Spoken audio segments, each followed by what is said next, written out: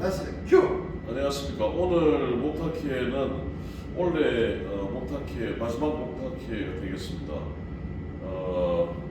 오늘까지 하고 연말에 내년 총회를 준비하는 실무 모임으로 여러분 모이고 또 1월 달이 되면 다시 목탁회를 시작하겠습니다. 그리고 목탁회를 하다가 또 총회 모임을 준비하는 모임으로 전환하고 해서 내년 2월 마지막 주 목요일 날 뉴대운동의 새로운 공동 대표들을 모시고 새로운 뉴대운동의 총회를 내년 2월 23일 마지막 목요일 시행하도록 하겠습니다. 그 일정을 정리해서 목탁회 카카오톡에 올리도록 하겠습니다. 오늘 목탁회 주제는 김장택 박정희 정신개선사업회 사무총장을 맡고 있는 김장택 선생님이 세계 보편사적 관점에서 본 박정희의 재해석이라는 제목을 가지고 강의를 하겠습니다. 김장택 선생님 부탁드리겠습니다. 안녕하십니까 시청자 여러분. 이번에 이제 세계 보편사의 관점에서 박정희를 했습니다. 이제 11월 날 10월 11월을 저는 정의 내리기를 시키는 박정희의 계절이다. 10월에는 11.6이 있었고 11월에는 10월 17일 유신이 있었고 11월 15일에는 수모제 탄신일이 있습니다. 그 역사적 시점에서 그 시간을 마무리하면서 12월을 맞이하면서 박정희 정신에서 배울 수 있는 우리 보편사 관점에서 박정희를 제가 해석하고 이렇게 발표를 합니다. 여기 자유의 재단에 조국 위에 목숨 바친 영혼을 모시노라. 가시님의 짧은 인생은 결여와 함께 영원히 살아나리. 이 비문은 다부동 전적기에 있는 그 비문입니다. 우리 선조 그러니까 선배들이 조국을 위해서 자유를 위해서 목숨을 바친 그 칠곡 다부동 전적기에서 이 비문이 있습니다. 이런 자유를 위해서 목숨 바친 우리 선배를 위해서라도 그리고 이 땅에 자유를 위해서 힘차게 나아가시는 우리 선배님을 위해서라도 이 자유 대한민국은 반드시 지켜져야 할 역사적 사명이라고 생각됩니다. 가자 보거라 오라 나거라. 4.19 혁명 이후에 사회가 혼란함에 따라 온갖 공산주의, 좌파, 사회주의 세력들이 대한민국을 휩쓸었습니다. 가자 오거라, 가자 보거라 오라 나거라 해서 선동질하며 이 땅에 자유민주주의가 위협을 받는 그런 시절이었습니다. 이런 위협을 받는 시절에 우리 박정희 대통령께서는 국민에게 이런 외침을 마음으로 간직하시고 혁명을 하셨습니다. 제가 한번 그 시를 읊어보겠습니다. 국민에게 황파에 시달리는 3천만 우리 동포 언제나 구름개이고 태양 빛나리 천추의 한이 되어 조국 질서 못 잡으면 내 민족 앞에 선열 바쳐 충결 원원 되겠노라. 항토 선배에게 영란의 소순 영공 금호사나 살거라. 3차 걸쳐 성공 못한 흥국일령 박정희는 일편자심 구동결이 소원 성취 못하면은 쾌도할복 면세하고 일거기양 못하리라. 이 시는 61년 5월 박정희 대통령께서 제2군 부사령관으로 재직 중 군사혁명을 하기 위하여 비기편으로 상경 중 구미 금호산에서 상공을 지나면서 쓴 글이십니다. 노래도 있습니다. 이 글을 하면서 우리는 그 선배들은 혁명을 하였습니다. 이 혁명은 무혈혁명입니다. 무혈혁명으로 피 한 발 남기지 않고 혁명을 하였습니다. 이 혁명의 가장 중요한 첫 번째 공약은 뭐냐라 반공을 국시로 제일주에 삼고 지금까지 형식적이고 고에 그친 반공태세를 재정비 강화한다. 아까도 제가 먼저 얘기했다시피 이 가자북으로 오라닥으로 완전히 대한민국이 좌파들에게 넘어가는 그 위태 시간에 반공을 기치로 박정희 대통령하고 대한민국의 애족을 하시는 선배님들이 대한민국 혁명을 하셨습니다. 가장 큰 그 가르침이 뭐냐? 절반과 기하에서 허덕이는 민생고를 시급히 해결하고 국가 자유경제 재건의 총력을 경주한다. 예, 당시 그 기하에서 허덕이는 우리 민족이었습니다. 이 기하에 허덕이기 있기 때문에 저는 이렇게 생각합니다. 이 사회주의 좌파 세력들이 사회를 좀먹고 있지 않았을까 그렇게 생각합니다. 그리고 그 혁명경을 일으켜서 다음으로 그 1차, 2차, 3차, 4차에 걸친 경제개발을 했습니다. 1차는 그 공업화 기반 구축, 그 다음에 공업화 기반 구축이 이제 도약 단계였고, 2차 71년까지 경공업을 강화시키고, 그 다음에 중진공업 단계로 갔습니다. 아주 많은 비약적인 성과가 있습니다. 그러나 3차, 4차까지는 이 당시에 상당히 위협을 받고 있었습니다. 그 위협받는 거에 대해서 제가 설명드리겠습니다. 첫 번째 가장 큰 위협은 대중경제론을 가지고 나온 김대중 대통령의 그 위협이었습니다. 당시 김대중 후보는 사유재산과 개인의 창의를 존중하되 자본만이 우위인 지배를 배경하고 노동 자본 기술의 3자가 평등의 협동으로서 생산의 급속한 향상을 했다. 그 다음에 사회주의 경제학이 좀 가미된 대중경제학을 설파하였습니다. 이 대중경제학의 가장 큰 효시는 박현채라는 경제학자인데, 이 박현채의 경제 사상이 뭐냐면 수입 대체 산업화를 하고, 그 다음에 중소기업을 강조하고, 그 다음에 국가 여러 가지 이제 신시빅 국가 독점 자본주의를 창시하기도 했다. 근데 상당히 급진적인 좌파 이념의 경제학자였습니다. 그러나 이런 경제학을 갖고는 대한민국이 발전할 수가 없었습니다. 결론적으로 지금 본다면 말입니다. 그래서 이제 이 대중경제론에 대해서 일반 서민들에 대해서 엄청난 심각한 위기가 있었고요. 두 번째, 또 다시 이제 4대국 안전보장론이라는 게 또 있습니다. 이제 이게 미국, 그러니까 중국, 러시아, 일본, 기타 이제 다른 나라의 안보를 맡기자라는 그런 얘기인데, 요 얘기는 다시 오면 오늘날 다시 보면 제가 해석해 보기에는 균형이었고, 나아가 종전선언, 주한미군 철수, 국가보안법 폐지로 연결되는 형태로 이 4대국 안전보장론이 계승되었다라고 이제 생각이 됩니다. 결국 이 논리로 이제 가기 위한 방편이었다고 저는 생각이 됩니다. 그 다음에 북계의 침투가 있었습니다. 1.2 사태. 김신조 1968년도에 내려왔습니다. 다 아시죠? 그 다음에 푸에블로 사건. 이 사건은 잘 모를 수도 있는데, 이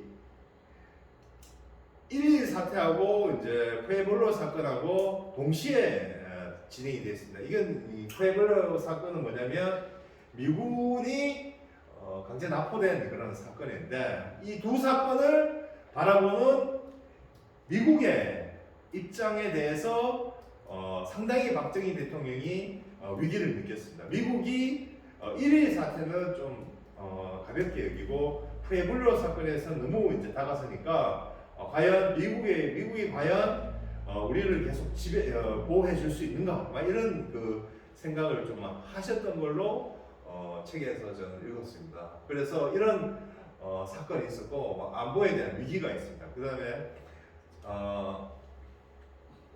세계적인 추세 닉슨 도트린. 닉슨 도트린으로 결론적으로 얘기하자면 주한 미군 7사단 2만 명이 철수가 되었습니다. 그래서 당시에 이제 세 가지 이제 말씀드렸던 역사적 얘기, 대중경제론에서부터 시장 경제의 위기, 4대국 안정보장론에 대한 상대방에 대한 한미 동맹의 위협, 그 다음에 1.2 사태, 그 다음에 푸에블로 사건, 닉슨 도트린으로 이어져는 국제 전세 변화 속에서 이 존폐 위기가 있는 이 대한민국을 박정희 대통령께서는 이 유신을 단행해서 아까 말씀드렸던 경제개발 5개년 제3차 경제개발 5개년 72년부터 1976년까지의 역사적 위협을 달성할 수가 있었습니다. 중화 기반 조성, 소비재 공업 수출 산업화, 제일 중요한 게 중화 기반 조성이 제일 큰 겁니다. 이 기반 조성이 있었기 때문에 지금 현재 대한민국이 있었는 겁니다. 그래서 이런 위기적인 사태들로부터 10월 유신을 단행했고 10월 유신에 단행된 대한민국 헌법 전문을 한번 제가 여기서 낭독해 보겠습니다. 유구한 역사와 전통에 빛나는 우리 대한민국은 3.1운동의 숭고한 독립정신과 4.19 우거 및 5.16 군사정변 이념을 계승하고 조국의 평화적 통일의 역사적 사명에 입각하여 자유민주적 기존 질서를 더욱 공고히 하는 새로운 민주공화의 건설함에 있어서 정치, 경제, 사회, 문화의 모든 영역에 있어서 각인의 기회를 균등히 하고 능력을 최고도로 발휘하게 되며 책임과 의무를 완수하게 되어 안으로는 국민생활의 균등한 향상을 기하고 밖으로는 항구적인 세계평화에 이바지함으로써 우리들과 우리들의 자손의 안전과 자유의 행복을 영원히 확보한 것을 다짐하면서 1948년 7월 12일 제정되고 1962년 10월 20일에 개정된 헌법을 이제 국민투표에 의해 개정한다. 1972년 11월 24일 이 유신헌법 이후에 박정희 대통령의 역사적 과업을 우리가 제가 이제 사진으로 찍어 왔습니다. 이거는 바로 보실 수 있습니다. 그 하나하나를 제가 낭독하여서 읽어 보도록 하겠습니다. 첫 번째, 자주국방 실현. 이 자주국방은 국방과학연구소를 설립하여 지금의 국방산업이 있게끔 한 원동력이 되었습니다. 백곰 미사일을 1978년에 개발 완수할 수 있는 그 근거적 원인이 이 자주국방 실현에 있습니다. 두 번째, 국민 의무 교육 시행. 세 번째, 자연보호 운동. 치산 녹화 달성. 이 치산 녹화 달성은 결론적으로 얘기하자면 저는 북한에 가보진 않지만 북한의 산이 민둥산이 됐습니다. 자급자족하는 그들의 경제가 지금 현재 민둥산이 되었고 자유 경제를 추구하는 우리 대한민국은 푸른푸른 산이 지금 만들어졌습니다. 저는 이 푸른푸른 산 치산 녹화 달성 이게 지금의 말씀드리는 ESG 국가 경제의 가장 큰 인바이러먼트에 해당되지 않나 이렇게 생각합니다. 그 다음에 국민교육 현장 재정 강포. 이 국민교육 현장 이거 제가 보기에는 다시 한번 부활할 필요가 있다고 생각합니다. 국민교육 현장이 제대로 부활돼야지 지금 교육 현장에 좌평양으로 쏠려 있는 교육의 현실을 바꿀 수 있다고 저는 생각을 합니다. 아까도 말씀드렸듯이 한국과학기술연구소 카이스트가 설립되면서 우리나라는 과학기술 국가로서 도약할 수 있는 그런 틀이 만들어졌다 그렇게 생각합니다. 그 다음에 포항종합제철소 준공입니다. 포항제철소 준공은 가히 역사적인 그런 일이 아닐까. 이게 바로 1970년대 중화공업을 일으킬 수 있는 그 원동력이 되었고, 한국의 자동차, 조선 산업이 세계적인 그런 산업으로 될 수 있는 큰 기틀이 되었지 않았나 그렇게 생각합니다. 그리고 이 현장 지휘 감독인 박태준 포항제철소 명예회장님을 선임해서 박태준 회장님이 큰 공을 할 수 있는 그런 역할을 했지 않나 그렇게 저는 보고 있습니다. 그 다음에 쌀 자급자족 달성 통일배를 만들어서 국민들이 마음껏 배부르게 쌀밥을 벌 수 있도록 그렇게 만드셨습니다.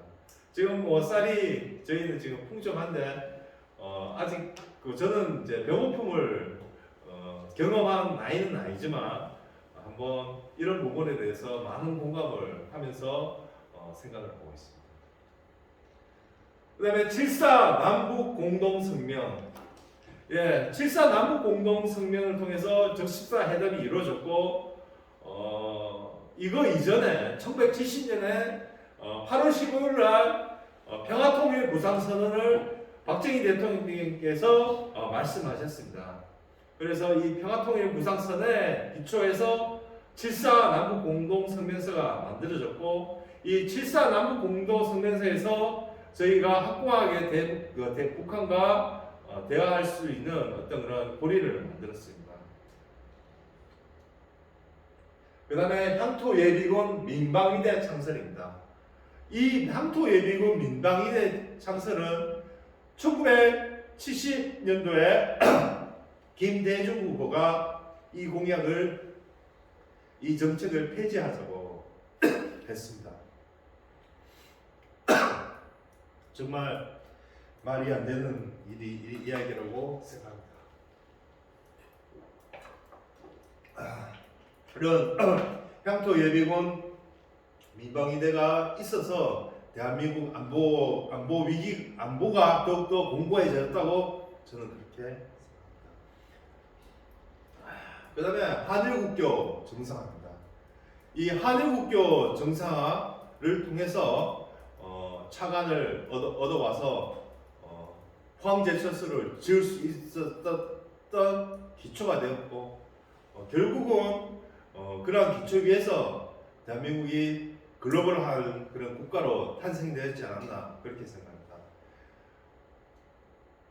그 다음에 의료보험제도 시행, 국민복지연금법 제정. 저는 이 두 가지를 아까 국가의 ESG 경영에서 저는 이거를 S, 소셜, 벌써 박정희 대통령은 ESG 경영을 1960년대, 70년대 생각을 하셨습니다. 이 소셜에 대해서 벌써 이 의료보험 제도, 그 다음에 국민복지연금법을 구상하셨다는 것은 대단한 그런 탁월한 생각이 있지 않았나. 그리고 전 세계가 가장 부러워하고 있는 이 의료보험 제도는 정말 대한민국 국민은 너무나도 그 혜택을 받고 있는다고 저는 생각하고 있습니다. 그 다음에 새마을운동이 있습니다. 새마을운동은 근면자조 협동 정신으로 대통령께서 청도를 열차 타다가 지나가면서 그 청도의 그 마을에 왜 그렇게 저 사람들은 열심히 이 수혜에 잘 하고 있느냐 물어보니 그 마을 사람들은 자기 스스로 그 열심히 하면 된다. 마을이 잘 산다. 그리고 거기서 자주 하늘은 스스로 돕는 자를 돕는다의 어떤 그런 기초에서 이 새마을 운동을 운동을 하였습니다. 초기에 쌍용 양회에 있는 남아 있는 그 시멘트를 이제 전국에 첫 번째는 나눠줬는데 다음에 두 번째 나눠줄 때는 대통령께서 성과 있는 데만 지급하라고 하셨습니다. 그래서 당시에 그 정책 당국자들이 아닙니다. 다 나눠야 된다. 표에 신경을 써야 된다라고 얘기하셨는데도 대통령께서는 성과 있는데 경제적 차별화만이 할 수 있다. 그렇게 이제 말씀하셔서 정말 잘하는 데만 주고 또 잘하는 데 더 주고 해서 이 새마을 운동이 1980년, 79년까지 박 대통령 서거하실 때까지 그렇게 하면서 저희 그 경제 성장률이 연평균 20% 이상 성장할 수 있는, 그리고 농촌에서의 새마을 운동이 도시로까지 공장, 도시로까지 확대될 수 있는 그런 큰 역할을 하셨습니다. 그래서 이 새마을 운동은 국민 의식 변화 운동이고 지금도 이 새마을 운동 정신을 배워서 다시 한 번 더 대한민국이 도약해야 될 그런 정신이라고 저는 생각하고 있습니다. 그 다음에 수출 100억 불 달성. 이 100억 불 제가 우리 구미가 한 300억 불 했더라고요. 그 제가 살고 있는 구미. 근데 우리나라 전체가 한 5천억 불 좀 6천억은 안 돼. 6천억 불이 좀 안 됩니다. 근데 지금 1978년, 77년도에 수출 100억 불을 했는데 61년도에 박 대통령이 정권을 이양받았을 때 대한민국이 3천만 불 했습니다. 수출을.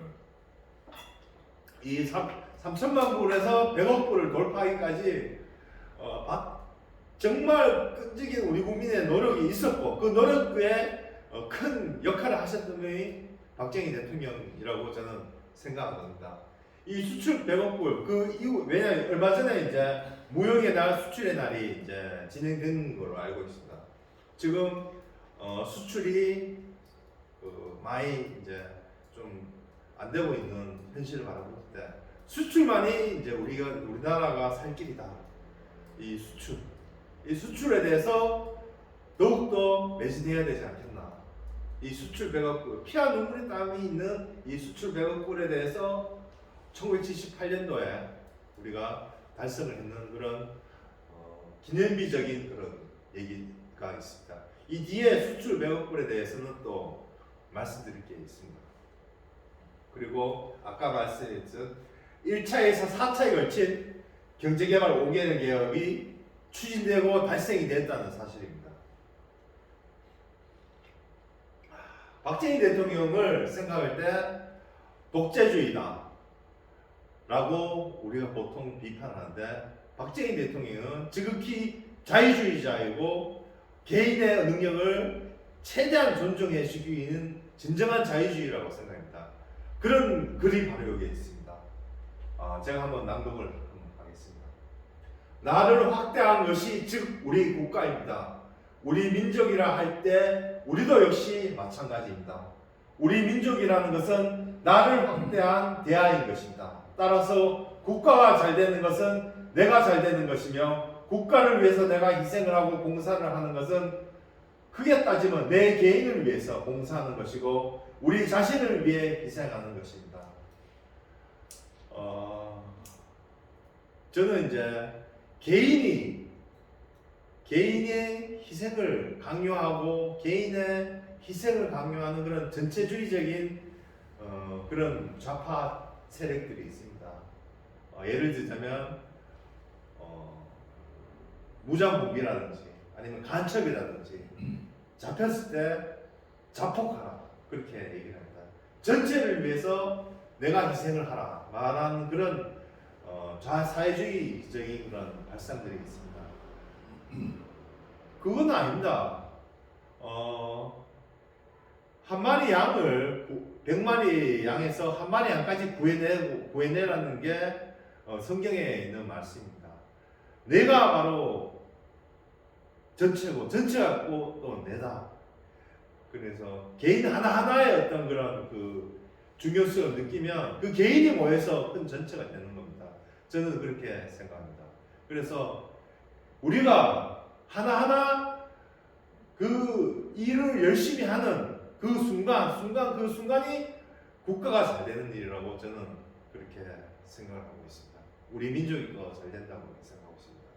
그래서 내가 국가를 위해서 희생하는 게 아니라 내가 열심히 한 그게 국가의 보탬이 되고 또 국가가 또 그런 것을 나에게 보상해주는 그런 국가와 내가 하나의 그런 개인 전체가 개인이고 개인이 전체가 되는 그런 자유주의적이고 개인주의적이고 그런 생각을 서양 철학에서도 많이 배웠습니다. 예, 수출 100억 달러. 정부가 수출에 중점을 둔 경제개발 5개년 계획을 추진한 결과 1977년 우리나라는 아시아에서 두 번째로 연 수출 100억 달러를 달성하였다. 일본은 10억 달러에서 100억 달러까지 하는데 16년이 걸렸지만 우리는 이 성과를 7년 만에 이루었다. 정부는 1977년 12월 22일을 100억 불 수출의 날로 지정하고 기념식을 개최하였다. 이 수출 100억 달러를 달성하기 위해서 두 가지 확대 회의가 가동되었습니다. 첫 번째 한 날개는 월간 경제 동향 보고 회의고 두 번째는 수출 진흥 확대 회의입니다. 이 민, 관, 그 다음에 학 모든 단체들이 모여서 그 수출 경제를 위해서 총력 매진을 했는 게 바로 박정희 대통령 1970년대 그 일상화였습니다. 거기서 우리가 쉽게 지금 행정학에서 얘기하는 굿 거버넌스라는 어떤 그런 큰 거버넌스 형태로서 정말 똘똘 뭉쳐 그렇게 갔었습니다. 이 굿 거버넌스 월간 경제 동향 보고 회의 수출 진흥 확대입니다. 굿 거버넌스. 그리고 이 회의를 저는 개인적으로 좋아합니다. 수출 상품은 국력 초과의 예술품이다. 예, 아주 멋지지 않습니까 단어가? 예, 저는 이 우리나라가 수출하는 특히 뭐 반도체다, 요새 말하는 전기 배터리다, 뭐 많지 않습니까? 대구에는 섬유다, 뭐 구미의 전자공업이다. 이 하나의 수출을 하는 그 하나의 상품들이 국력 초과의 예술품이다. 라고 저는 다시 한번 우리 수출에서 사는 육군들이 그러면 예술인이라고 보거든요. 그렇게 다들 그렇게 느끼셨으면 좋겠습니다. 제가 우리가 이제 1970년대에는 빈부의 격차가 많이 났다, 막 그렇게 인식을 하고 있습니다. 이거는 박정희 대통령 기념재단 학술원장 그 좌승희 원장님께서 연구하신 책에서 발췌한 내용입니다. 제가 한번 읽어보도록 하겠습니다. 여기서 특기할 점은 60년대 말 70년대 유신 시대는 기업이 연 40% 가까이 성장하면서 소득이 연 20% 이상 성장하고 진위계수, 여기서 말하는 진위계수는 소득 불평도의 차이인데 0에 가까울수록 평등하고 1에 가까울수록 불평등하다는 얘기거든요. 그래서 이 진위계수가 계략적으로 10% 이상 하락됐습니다. 이 진위계수가 0에 가까워졌다는 얘기죠.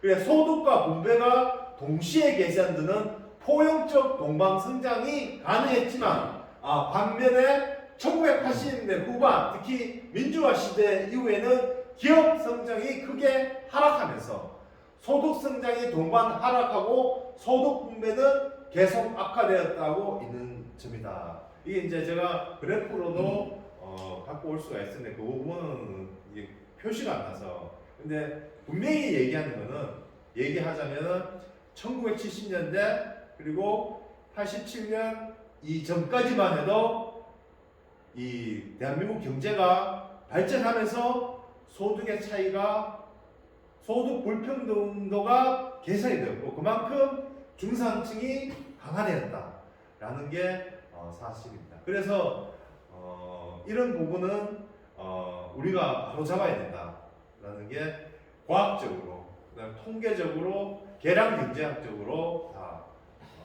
나와 있습니다. 하늘은 스스로 돕는 자를 돕는다. 그 다음에 경제적 차별화.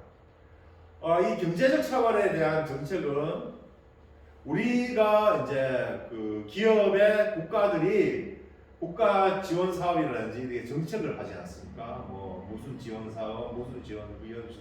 근데 이런 지원 사업, 국가가 인센티브를 주는 그런 지원 사업에 n분의 1로 나눠지면 그 기업들 다 평등하게 해서 다 도태되는 길로 빠지는 게 원칙입니다. 그래서 인센티브를 줘야 됩니다. 지금 그렇게 하고 있고 더 강화돼야 된다고 저는 생각합니다. 잘하는 기업에 더 많이 줘서 더 성장하게끔, 그래서 그 잘하는 기업이 국제적으로 글로벌하게 나가게끔 도와줘야지, 그 한정된 자원을 n분의 1로 모든 중소기업에 골고루 분배한다? 이거는 망하자는 지름길이라고 생각합니다. 그래서 이런 것들을 앞으로 우리 지금 윤석열 정부에서도 잘 설계해서 기업들이 더 성장해서 빨리빨리 치고 나갈 수 있는 그런 정책을 쏟아야 된다. 그게 바로 새마을운동에서 얘기했는 자조정신이고 하늘은 스스로 돕는 자를 돕는다는 그런 얘기입니다. 그래서 이 부분이 아주 중요한 정책이라고 저는 생각합니다. 그리고 이제 이런 게 경제적 차별화 정책. 경제적으로 평등하게 주는 게 아니라 차별적으로 잘하는 사람한테 더 잘하고 못하는 사람한테는 또 독려하고 이렇게 해서 이제 선수단 구조로 빠질 수 있는, 그렇게 다 뭐 골고루 나눠주자 막 이런 거는 이 사회가 역동적으로 발전할 수 있는 그런 구조가 아니라고 저는 봅니다. 이게 모든 자유시장 경쟁 체제가 뭐 강하게 이런 경쟁체, 무한 경쟁 체제로 비칠 수도 있겠지만 그 안에서 또 포용적으로 동반 성장할 수 있는 그런 관계들. 그리고 승자를 인정해주고 승자에 대해서 박수 쳐주는 그런 사회 문화 풍토가 같이 이루어지고, 그리고 그 승자는 그 승리를 자기만 독식할 게 아니라 기부도 하고 또 나눠주고, 이렇게 사회가 같이 그 어우러서 같이 가는 그런 사회로 나가는 게 우리나라의 그 추구, 그렇게 나가낼 바로 생각합니다. 너무 있는 사람들도 많이 그만큼 받았으니까 더 하려고 하면 더 많이 일자리 주고 한국에 투자하고, 그걸 또 지금 그 노사 공주처럼 막 안 된다고 막 그렇게 하면 안 되고, 또 그 나름 정치적인 구호도 있지만 대중들이 그런 그 인식의 변화가 있을 때 사회가 한층 더 업그레이드 됐을 줄 알까. 그게 바로 우리가 박정희 대통령 그 역사 속에서 배워야 될 그런 생각이라고 저는 생각합니다. 박정희 대통령 연보에 대해서 간략하게 중요 포인트만 짚겠습니다. 1917년도에 태어나셨습니다. 선상군, 구미면 상모리. 그 다음에 46년에 육군사관학교 2기를 졸업하셨습니다. 그 다음에 61년도에 5.16 혁명을 단행하셨고 국가채권회의회 의장에 취임하셨습니다. 그 다음에 50년에 유경수 여사와 결혼을 하셨는데 어디서 했는지 잘 아시죠? 예, 대구에 있는 계산성당에서 하셨습니다. 예, 성당에서 하셨어요. 그 사진도 있거든요. 네. 그 다음에 중요한 게 65년대 우리가 이제 한일 국교 정상화가 됐었죠. 그리고 포항제철소가 이제 설립이 되고 국민교육 현장이 재정 선포가 되었습니다. 1970년에 경부고속도로가 개통이 되었습니다. 이 경부고속도로. 당시에 야당들 엄청나게 반대를 했죠. 사진도 보면 전 김영삼 대통령, 김대중 대통령 막 고속도로 들러눕고 막 반대하고 막 그랬잖아요. 그런데 이 고속도로가 대한민국 경제를 살린 도로 아닙니까? 그리고 우리 뉴대구 운동에서 김상걸 교수님하고 또 같이 우리 멤버들 전체가 또 김영희 교수님하고 그 낙동고밸리 프로젝트도 추진을 했고 경부고속도로를 한번 다뤄봤는 그런 상황이 있습니다. 이것을 할 때 우리 또 박정희 대통령이 생각와서 참배도 드리고 했었습니다. 그 다음에 77년에 내곡불 달성했습니다. 그 다음에 이제 여기 이제 사체 동결을 위한 83 긴급 조치를 하겠습니다. 사체 동결 당시에 이 부분은 자유경제적인 그런 요소는 아니라고 이제 보통 얘기를 했는데 이게 이제 제가 생각하기에는 단행하려고 하는 거는 그런 큰 비난을 얻고 대통령께서 결정한 사항이 아니었나. 자, 기업을 진짜 살리기 위해서 한 사항이 아니었나 그렇게 생각합니다. 그다음에 이제 제가 쭉 보다 보니까 78년에 행정 전산화 20개년 계획을 확정 지었다는 겁니다. 우리나라 제가 이제 조달청 홈페이지 G2B 나라장터 우리가 이제 잘 모르실 수도 있는데 제가 그걸 한번 실무적으로 이용을 하고 한 적인데 우리 조달청 이 국가 전산망 이게 세계 최고 수준이라고 들었습니다. 그리고 제가 조달청에서 물품을 구매한다든지 모든 전산화라든지 이런 것들이 대한민국이 세계 최고가 아닐까 그렇게 생각해요. 그런 계획을 벌써 78년도에 이제 했다 이런 게 하셨습니다. 그리고 1979년 10월 26일 서거를 하셨습니다.